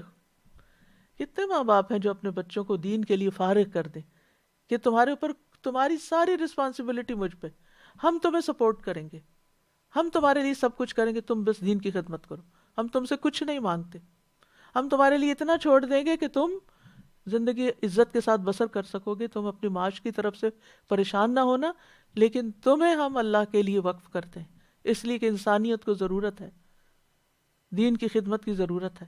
لیکن آج کتنی مائیں ہیں جن کے اندر یہ جذبہ ہو کہ واقعی پھر اس طرح کی تربیت بھی کریں، کیونکہ مریم علیہ السلام کی تو پھر ان کی والدہ نے بچپن میں ہی ان کو پھر وہاں بھیج دیا تھا ہیکل میں، اور وہ عبادت کرتی تھی وہاں۔ لیکن یہاں پر جو خاص خوبی ان کی بیان کی گئی ہے مریم علیہ السلام کی، التی احسنت فرجہا، جنہوں نے اپنی شرمگاہ کی حفاظت کی۔ فرج کہتے ہیں دو چیزوں کے درمیان کے شگاف کو، دیوار میں شگاف ہو یا دو ٹانگوں کے درمیان ہو، اس کے لیے لفظ بولا جاتا ہے، اردو میں اس کے لیے شرمگاہ کا لفظ آتا ہے۔ مراد اس سے ہے ہر قسم کی بے حیائی سے دور، یعنی انہوں نے اس کی حفاظت کی، اپنی عزت و عصمت کی حفاظت کی۔ یعنی احسنت کا لفظ جو ہے نا احسان سے ہے، ایک سین سے ہوتا ہے ایک صاد سے، کسی چیز کو اتنا محفوظ بنا دیا جائے کہ وہاں تک رسائی نہ ہو سکے، یہ ان کی پاک دامنی اور طہارت کی طرف کنایا ہے، یعنی وہ ہر قسم کی بے حیائی سے بہت دور تھی۔ فنفخنا فیہ من روحنا، تو ہم نے اس میں اپنی روح میں سے پھونکا، یعنی جبریل کے واسطے سے اللہ تعالیٰ نے جبریل کو انسانی شکل میں بھیجا کہ وہ ان کے گریبان پر پھونک مارے، تو وہ پھونک جو تھی پھر وہ سرات کر گئی حمل کی جگہ پر، انہوں نے حضرت عیسیٰ کا حمل ٹھہر گیا۔ اور یہ دنیا کی ایک اور انوکھی مثال تھی۔ وصدقت، مزید ان کی خوبی کیا تھی؟ وصدقت بکلمات ربها وکتبہ، انہوں نے اپنے رب کے کلمات، احکامات اور اس کی کتابیں جو آسمانی کتابیں تھیں ان کی تصدیق کی کہ یہ سچ ہے۔ یہاں بھی آپ دیکھیں ایمان ہے، تصدیق ہے، یعنی انجیل اور تورات اور زبور وغیرہ کی تصدیق مراد ہے۔ اور کلمات رب سے مراد کہتے ہیں جبریل علیہ السلام کا قول، جب انہوں نے آ کے ان سے بات کی تھی، انما انا رسول ربک لاہب لک غلاما زکیا، یا ان اللہ اصطفاک وطہرک واصطفاک علی نساء العالمین۔ تو یہ اللہ کے کلمات تھے نا کہ اللہ تعالیٰ تمہیں ایک رسپانسبلٹی دے رہا ہے، تو انہوں نے اس کو ایکسیپٹ کر لیا۔ یہ نہیں کہ وہ سارا حمل کا زمانہ رو دھو کے گزارا کہ میرے اوپر کیا مصیبت آ گئی، میں ہی کیوں، نہیں، صدقت، ٹھیک ہے رب کا یہ فیصلہ ہے۔ اور یہ بھی کہا جاتا ہے کہ مراد اس سے حضرت عیسیٰ علیہ السلام اور انجیل مراد ہے کہ ان عیسیٰ علیہ السلام کیا تھے؟ کلمت اللہ تھے، اور دوسری طرف انجیل اللہ کا کلام۔ وکانت من القانتین، اور وہ فرما برداروں میں سے تھی۔ قنوت کہتے ہیں اطاعت پر ہمیشگی کو، اور خشوع و خضوع کے ساتھ اسے لازم کر لینا۔ قناطہ کا معنی ہوتا ہے دین میں اطاعت میں، یعنی قناطہ کا لغوی معنی ہوتا ہے یعنی دین کے معاملات میں اطاعت اور بھلائی پر قائم رہنا، اور پھر اس میں دوام اختیار کرنا۔ تو یعنی تصدیق کرتے ہوئے وہ فرما بردار لوگوں میں سے تھی، یا عبادت کرتے ہوئے فرما بردار لوگوں میں سے تھی، نماز پڑھنے والوں میں سے تھی۔ اور یہ نہیں کہا کہ قانتات میں سے تھیں، قانتین میں سے تھی، یعنی مرد عورت سب اس میں شامل ہے کہ جو بھی اللہ کے فرما بردار ہیں ان لوگوں میں سے تھی۔ مریم علیہ السلام کو اللہ تعالیٰ کی عبادت اور نماز وغیرہ کا حکم تھا، یا مریم اقنتی لربکی واسجدی وارکعی مع الراکعین، اے مریم اپنے رب کی فرما بردار بنو، سجدہ کرو، رکوع کرنے والوں کے ساتھ رکوع کرو۔ تو یہ جو قنوت تھا اس کا انہیں حکم دیا گیا تھا، جس کو انہوں نے اختیار کیا، اور اللہ تعالیٰ نے اس کی تصدیق کی کہ ہاں واقعی وہ قانتین میں سے تھیں، کہ خشوع و خضوع کے ساتھ اطاعت پر قائم تھی، پوری توجہ کے ساتھ۔ اللہ ہمیں بھی خشوع نصیب کرے۔ تو دونوں مثالوں سے کچھ سیکھنے کی باتیں ہمیں ملتی ہیں۔ پہلی مثال میں تو دو کافر عورتوں کی مثال ہے، دوسری میں دو ایمان والوں کی، دونوں ایک دوسرے کے مد مقابل ہیں۔ ان میں ایمان والوں میں اخلاص اور تقوی میں انتہا ہے، شدت ہے، اور دوسری طرف خیانت اور نفاق۔ آپ کو معلوم ہے نا نفاق اور تقوی ایک دوسرے کے پیرالل ہیں۔ ان عورتوں کے اندر نفاق کفر ہے، اور یہاں تقوی میں ایمان، تقوی کے ساتھ ہی ایمان کے ساتھ تقوی ہے۔ اور پھر آپ دیکھیں کہ عورتوں کی مثال بیان کرنے کی حکمت ہے، یعنی یہاں عورتوں کو بطور مثال بیان کیا گیا، کیونکہ عام طور پر عورت کی مثال، عورت کی بات، عورت کی کوئی سے نہیں ہوتی عمومی طور پر معاشرے کے اندر، یا اس کو کوئی وزن نہیں دیا جاتا، یا اس کو کوئی اہمیت نہیں دی جاتی، کمتر خیال کیا جاتا ہے۔ لیکن بات یہ ہے کہ اگر عورت کو بھی امپاور کرنا ہے، اس کو آگے بڑھنا ہے، تو اس کو ایمان میں ترقی کرنی چاہیے، اور جب وہ اللہ کی نگاہوں میں بڑی ہو جاتی ہے تو پھر لوگوں کے لیے خود بخود رول ماڈل بن جاتی ہے۔ پھر یہ کہ ایمان کا رشتہ سارے رشتوں سے بلند ہے۔ زوجیت کا رشتہ اپنی جگہ ایک خوبصورت رشتہ ہے، لیکن کام نہیں آتا اگر ایمان نہ ہو۔ رسول اللہ صلی اللہ علیہ وسلم نے ایک مرتبہ فرمایا، میرے دوست نہیں ہیں مگر میرے دوست تو اللہ اور صالح مومنین ہیں، یعنی اصل دوستی اور تعلق تو ایمان والوں کی ہے۔ پھر اسی طرح کسی کافر کو مومن کی دوستی یا قربت کام نہیں آئے گی، کوئی رشتہ داری کام نہیں آئے گی، جیسے پہلی مثال میں ہم دیکھتے ہیں۔ لیکن مومن کو کافر کا ساتھ نقصان نہیں دے گا، یعنی مومن اگر کافر کے ساتھ ہے تو مومن کا کوئی نقصان نہیں، لیکن کافر اگر مومن کا ساتھ ہے تو کافر کو کوئی فائدہ نہیں۔ پھر یہ بھی کہ حسب نسب قیامت کے دن کام نہیں آئیں گے، جیسے نوح علیہ السلام کے بیٹے کی مثال ہے، ابراہیم علیہ السلام کے والد کی مثال ہے، نبی صلی اللہ علیہ وسلم کے چچا کی مثال ہے۔ نبی صلی اللہ علیہ وسلم نے اپنے گھر والوں کو یہی تعلیم دی۔ جب یہ آیت اتری تھی وَأَنذِرْ عَشِيرَتَكَ الْأَقْرَبِينَ، تو آپ نے قریش کو بلایا اور ایک ایک کا نام لیا، رشتہ داری کا تعلق بتایا۔ اے کعب بن لؤی کی اولاد، اپنے آپ کو آگ سے بچاؤ۔ اے مرہ بن کعب کی اولاد، اپنے آپ کو آگ سے بچاؤ۔ اے عبد شمس کی اولاد، اے عبد مناف کی اولاد، اے ہاشم کی اولاد، اے عبد المطلب کی اولاد، سب کو یہ کہا اپنے آپ کو آگ سے بچاؤ۔ اے فاطمہ بنت محمد، یہ ساتھ فرمایا، رشتہ داری ظاہر کی، اپنے آپ کو آگ سے بچا لو۔ بے شک میں اللہ کی طرف سے تمہارے لیے کسی چیز کا اختیار نہیں رکھتا سوائے اس کے کہ تم لوگوں کے ساتھ ایک رشتہ ہے۔ اسی طرح اپنی پھپھی ہے صفیہ بنت عبد المطلب، اپنے آپ کو آگ سے بچاؤ۔ ایک اور روایت میں آتا ہے دنیا میں جو مجھ سے چاہتی ہو لے لو، لیکن آخرت میں کام نہیں آؤں گا۔ نبی صلی اللہ علیہ وسلم نے اپنے ساتھیوں کو یہ تعلیم دی کہ کوئی شخص قیامت کے دن بکری اپنی گردن پہ سوار کر کے نہ لائے جو خیانت کی اس نے نکالی ہو کہیں سے، اس حال میں کوئی ممیار رہی ہو اور وہ شخص مجھ سے کہے یا محمد میری سفارش کیجیے صلی اللہ علیہ وسلم، تو میں کہوں گا میں تیرے لیے کسی بات کا اختیار نہیں رکھتا، میں تو اللہ کا حکم پہنچا چکا ہوں۔ اور اسی طرح کچھ اور چیزوں کا بھی ذکر کیا۔ اسی طرح ایک حدیث میں آتا ہے جس کو اس کے عمل نے پیچھے کر دیا اس کا نسب اسے آگے نہیں بڑھا سکتا۔ پھر یہ کہ قیامت کے دن کوئی کسی کا بوجھ نہیں اٹھائے گا، لا تزر وازرۃ وزر اخری، والدین اور اولاد بھی ایک دوسرے کا بوجھ نہیں اٹھائیں گے۔ وہی میں نے جو کہا نا تنہائی اور جدائی ہو جائے گی، قریبی رشتوں میں بھی جدائیاں، اکیلے ہوں گے۔ اتنا بڑا میدان حشر، پوری دنیا کٹی ہے اور آپ لونلی ہیں، آپ اکیلے ہیں، ساتھ بس آپ کے عمل ہے، ایمان ہے، اس کو بڑھانے کی فکر کرنی چاہیے۔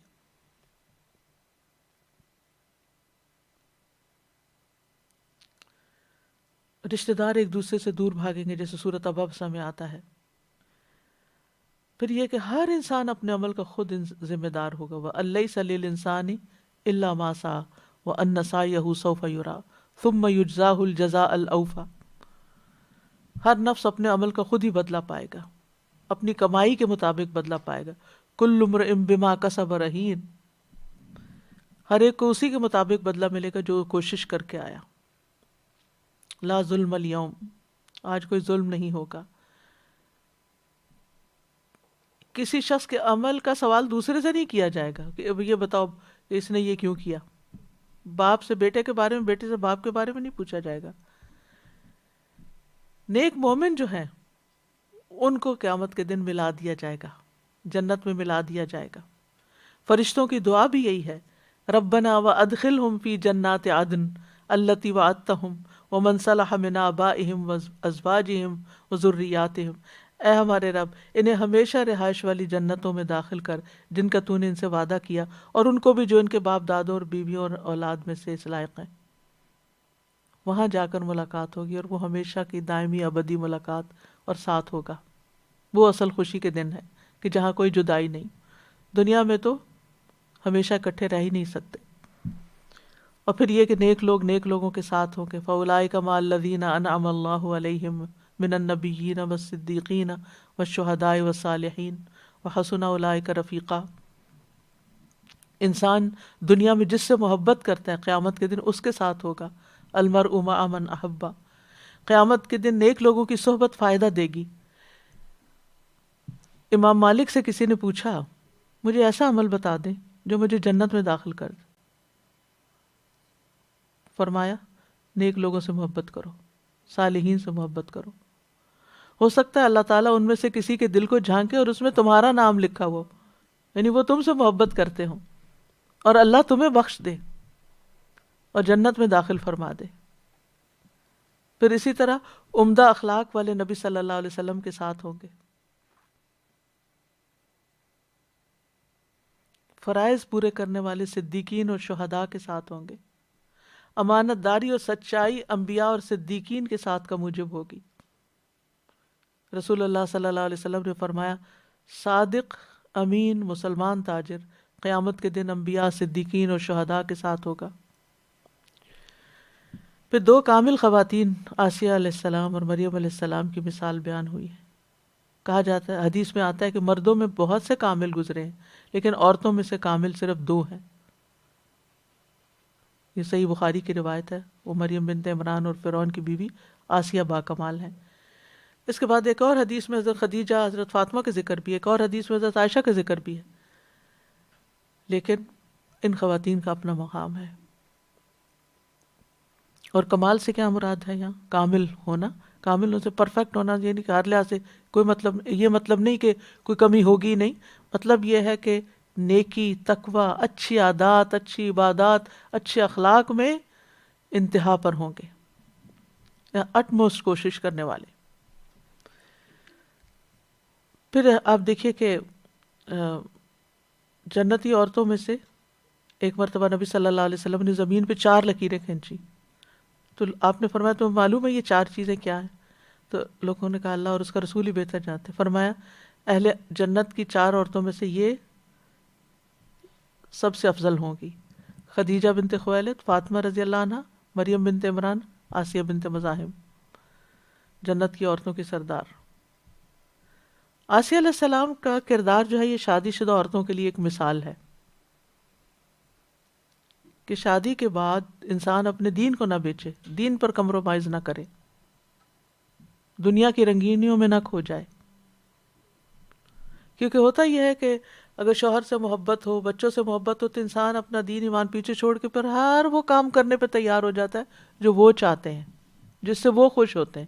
اور ان کے ماتھے پہ بل اور ان کی تھوڑی سی بھی بے رخی اور ان کی تھوڑی سی بھی ناراضگی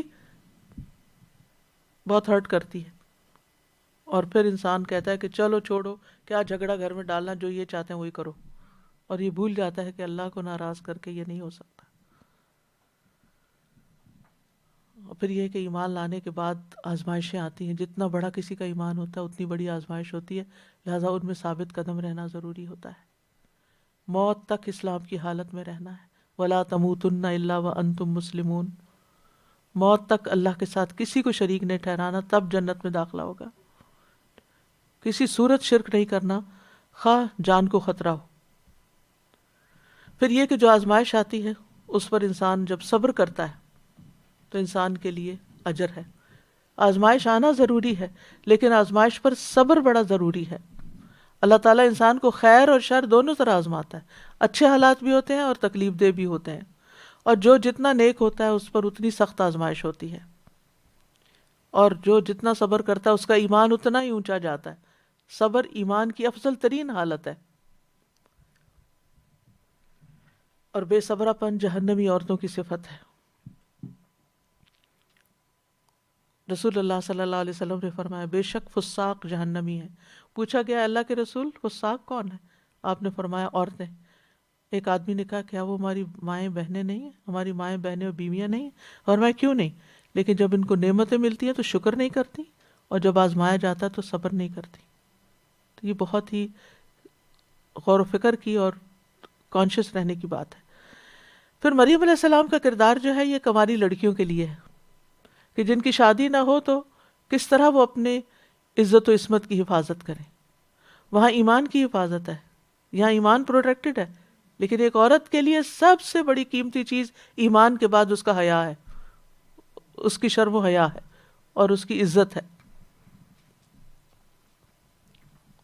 تو وہ معزز خاتون تھی مریم علیہ السلام، اگرچہ ان پہ الزام لگا لیکن وہ پاک دامن تھی. انہوں نے اپنی شرمگاہ کی حفاظت کی تھی، کسی ایسی چیز میں ملوث نہیں تھی کہ جس پر ان کو متہم کر دیا گیا. انہوں نے اپنی عزت کی حفاظت کی تھی، اپنے رب کی اطاعت کی تھی، وہ فرما بردار لوگوں میں سے تھی. قرآن مجید میں 34 بار ان کا نام لیا گیا ہے. ان کے نام پر مکمل ایک سورت ہے.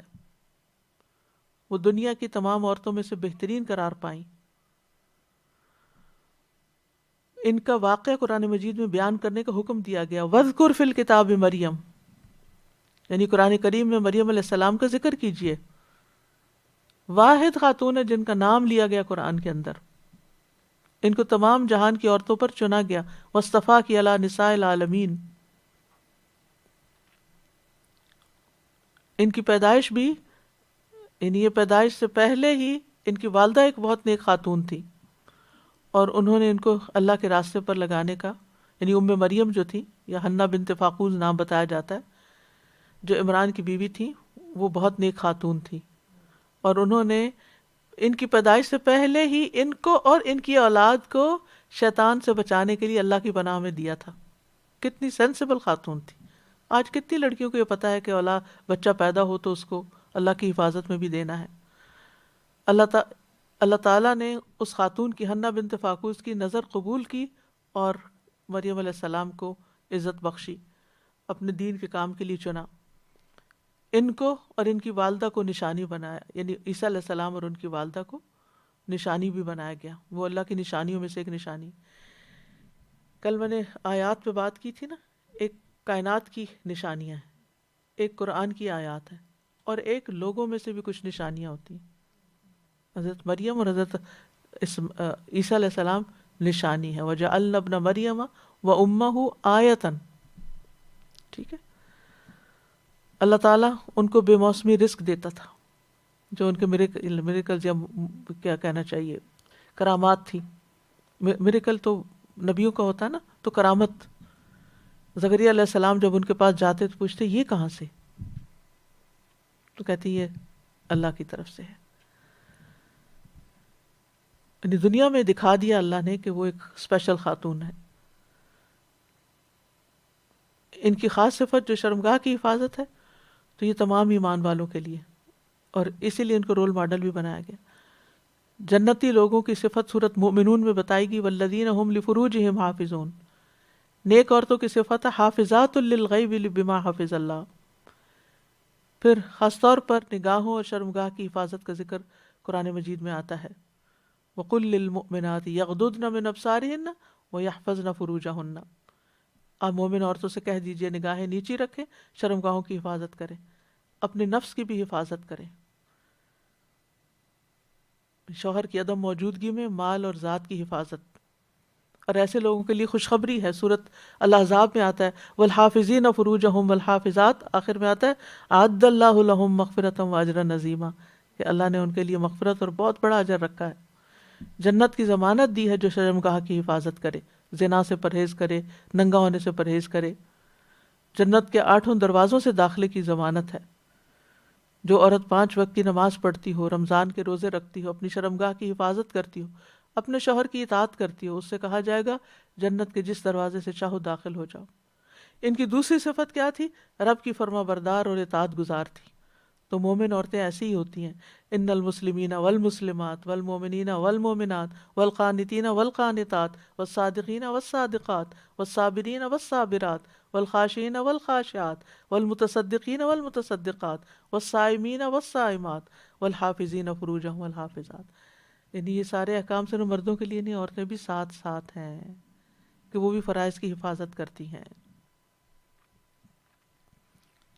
ایمان کی حفاظت، عبادات کی حفاظت، ذکر اذکار کی پابندی.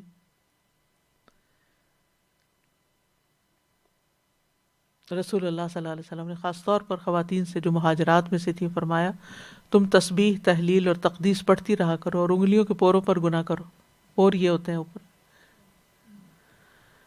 قیامت کے دن اسے سوال کیا جائے گا، پھر غافل نہ ہونا کیونکہ اس سے تم اسباب رحمت کو بھول جاؤ گی. یعنی یہ تسبیحات رحمت لاتی ہیں اللہ کی. کرنے کے کام کیا ہیں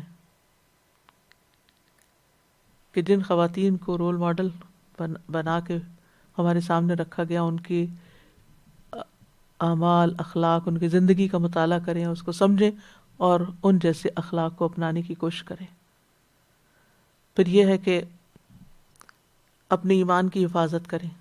قیامت کے دن کوئی کچھ کام نہیں آئے گا. دنیا میں نیک اعمال کی کوشش کریں، ایمان پہ ثابت قدمی کریں، دنیا کی خاطر ایمان نہ بیچیں، لوگوں کی خاطر اپنا دین قربان نہ کر دیں. مشکلات آنے پر صبر اور استقامت اختیار کریں، عزت و عصمت کی حفاظت کریں، رب کے فرما بردار بنیں. اللہ تعالیٰ سے دعا کریں کہ اللہ سبحانہ وتعالیٰ ہمارے اندر حقیقی ایمان پیدا کر دے. اللہم حبب الینا الایمان وزینہ فی قلوبنا وکرہ الینا الکفر والفسوق والعصیان وجعلنا من الراشدین. اللہم توفنا مسلمین واحینا مسلمین والحقنا بالصالحین غیر خزایا ولا مفتونین. اللہم زیننا بزینۃ الایمان وجعلنا ہداۃ مہتدین. اللہم انی اسألک ایمانا لا یرتد ونعیما لا ینفد ومرافقۃ محمد صلی اللہ علیہ وسلم فی اعلی جنت الخلد. ربنا فاغفر لنا ذنوبنا وکفر عنا سیئاتنا وتوفنا مع الابرار. رب هب لی حکما والحقنی بالصالحین. فاطر السماوات والارض انت ولی فی الدنیا والآخرہ توفنی مسلما والحقنی بالصالحین. اللہم یسر لی جلیسا صالحا. رب ابنی لی عندک بیتا فی الجنہ. رب ابن لی عندک بیتا فی الجنہ. اللہم انی اسألک الجنۃ واعوذ بک من النار. اللہم انی اسألک الجنۃ وما قرب الیہا من قول او عمل واعوذ بک من النار وما قرب الیہا من قول او عمل.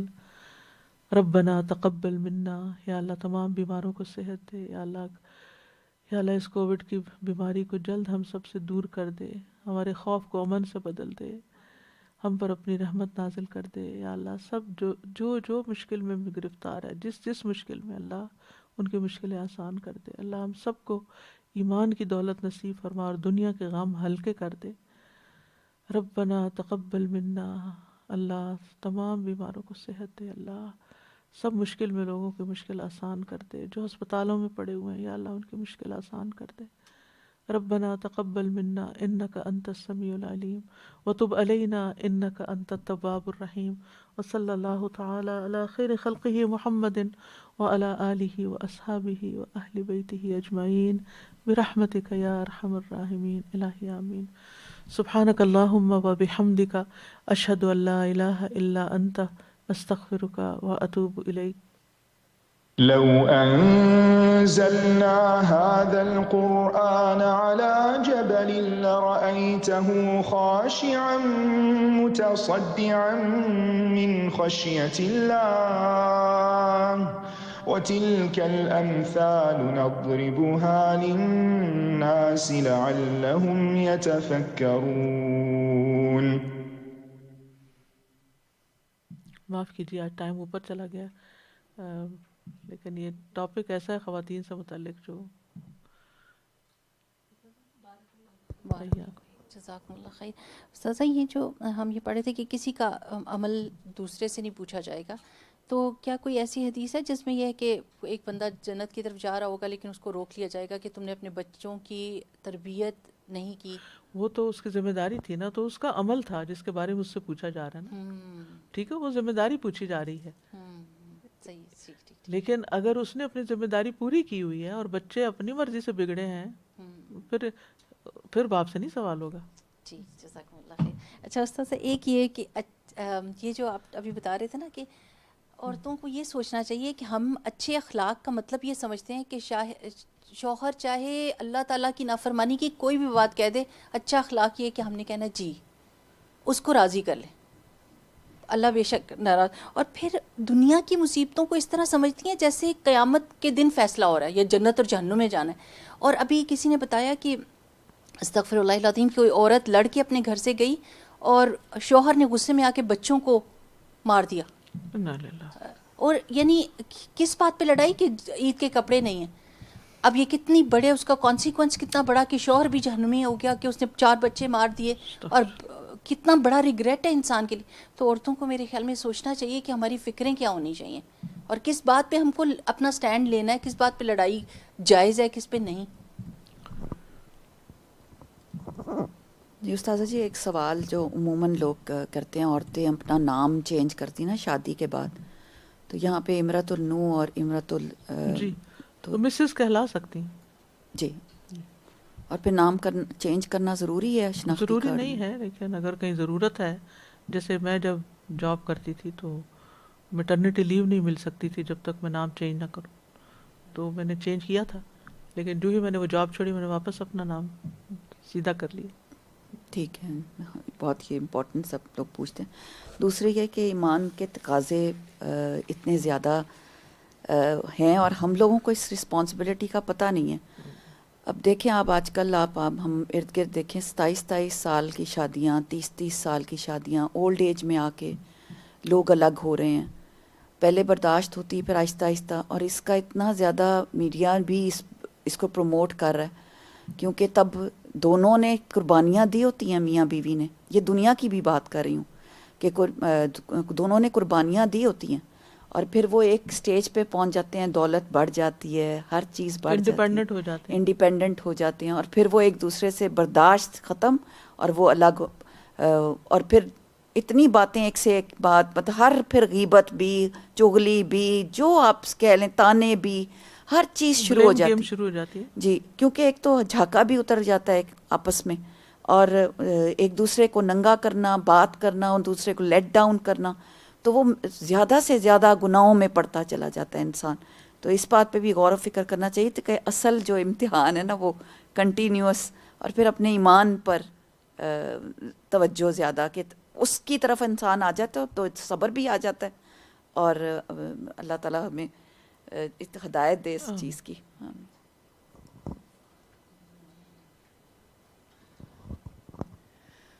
جی، میں ایک خاتون کی اگزامپل شیئر کرنا چاہتی ہوں. ہمارے گاؤں میں ہیں، اور وہ اس کو یہ صرف پتا تھا کہ مسلمان ہونے کا مطلب ہے سر پر دوپٹہ پہننا اور شلوار قمیص پہننا ہے.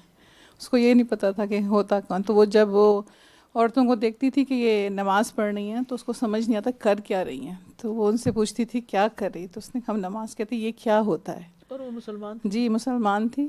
اور سوچیں اس کے پاس ایک، جیسے وہ ان میرڈ تھی اور ایک اس کے پاس بھینس تھی، بس اس نے اپنی زندگی اس طرح. تو پھر اس کو جب اس نے کہا یہ جو کر رہے ہو یہ مجھے سکھاؤ، تو پھر گاؤں کے لوگوں نے اس کو سکھانا شروع کیا. تو اس نے اس کو پتہ چلا اس طرح وہ اللہ کے قریب جایا جاتا ہے. پھر آپ سوچیں کہ لوگوں نے تو اس کو نماز سکھا دی، خود سو جاتے تھے. وہ سب کے گھروں میں صبح میں جا کے دروازے بجاتی تھی کہ مجھے فجر پڑھا دو، فجر.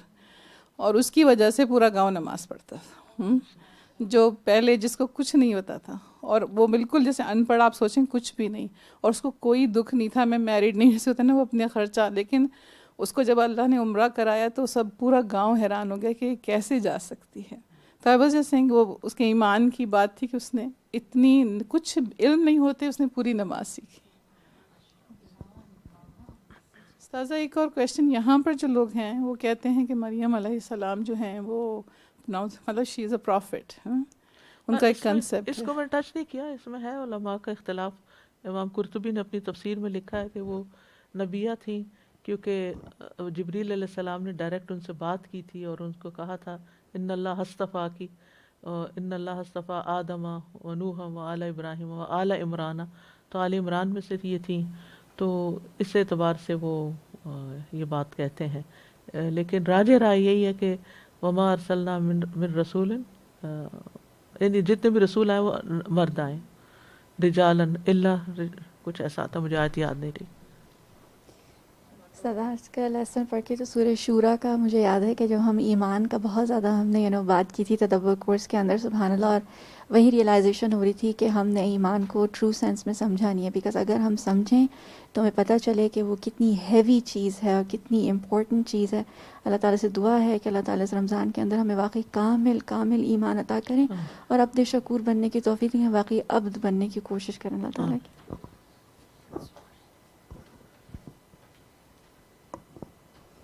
السلام علیکم استاذہ جی.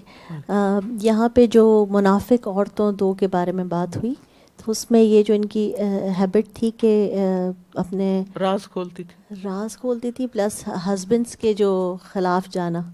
تو اس میں مجھے یہ مثال سمجھ آ رہی تھی کہ نارملی ایسا ہوتا ہے گھروں کے اندر کہ شوہر کو کوئی اور پکچر بتائی جا رہی ہوتی ہے اور بچوں کو الگ طریقے سے ان کو پالا جا رہا ہوتا ہے. اور میں نے اپنی آنکھوں سے یہ چیز دیکھی ہوئی ہے کہ لائک باپ اگر رات کو گھر پہ آتا ہے شام میں تو کہتا ہے ہاں بچوں نے نماز پڑھی، جی پڑھ لی. اچھا بچے نے یہ کیا، جی بالکل یہ ایسے بالکل نہیں کرتے. اوکے جب اس کے سامنے اگر کہیں باہر نکل رہے ہیں تو دوپٹہ رکھا، اور جیسے باہر نکلے تو ماں کے ساتھ ہی بچوں نے گلے میں دوپٹہ ڈال دیا. And when he ask he has a total different picture of kids کہ میرے بچوں نے پورا دن جو گزارا ہے وہ ایسے گزارا ہے. And mom wants them to be more fashionable, more with the norm and ساری چیزوں کے اندر. And I was like shocked. میں نے کہا باپ چاہ رہا ہے کہ دین پہ بچے چلیں، ماں کہہ رہی ہے کہ جی بالکل جیسے آپ کہتے ہیں ایسا ہی پورا دن گزارتے ہیں، یہ ایسا ہی ہوتا ہے بہترین یہ. اور لیکن ایکچولی ڈے میں نہیں ہو رہا تھا وہ. اینڈ آئی واز لائک مجھے دل بہت وہ ہوا کہ یہ سیکنڈ جگہ پر جو منافقت کی بات ہم بہت زیادہ دیکھتے ہیں، ایک تو یہ پیرنٹنگ میں، اور دوسرا میں یہ بتانا چاہ رہی تھی کہ میکے کی اتنی فیور کرتی ہیں اگر میکا غلط ہے، حرام کمائی کما رہا ہے، اور شوہر جو ہے وہ دین پر ہے. شوہر کہتا ہے کہ تم ان کی کمائی گھر میں نہیں لاؤ گی. یا فار ایگزامپل کوئی پرسن ہے جو میکے میں ایسا ہے جس نے اس کے ہسبینڈ کے ساتھ چیٹ کیا ہے، کزن ہے یا کوئی، بٹ عورت جو ہے نا ہمارے یہاں کی جو کلچرل ہے وہ کھڑی ہو جاتی ہے اپنی طرف والوں کے لیے. اینڈ شوہر کو ہر جگہ ذلیل بلے ہو رہا ہو، ہیوملیٹ ہو رہا ہو اس کی طرف، شی ول سے نہیں کہ میرے گھر والے ہیں میرے بالکل ٹھیک ہے. So again over there you have to give more preference to your husband اگر وہ سچا ہے، صحیح بات کہہ رہا ہے، نہ کہ اپنے میکے والوں کو، اور اپنا گھر خراب کر لیتی ہیں اس چیز میں. اوکے سبحانک اللہم و بحمدک اشہد ان لا الہ الا انت استغفرک و اتوب الیک. السلام علیکم و رحمۃ اللہ وبرکاتہ.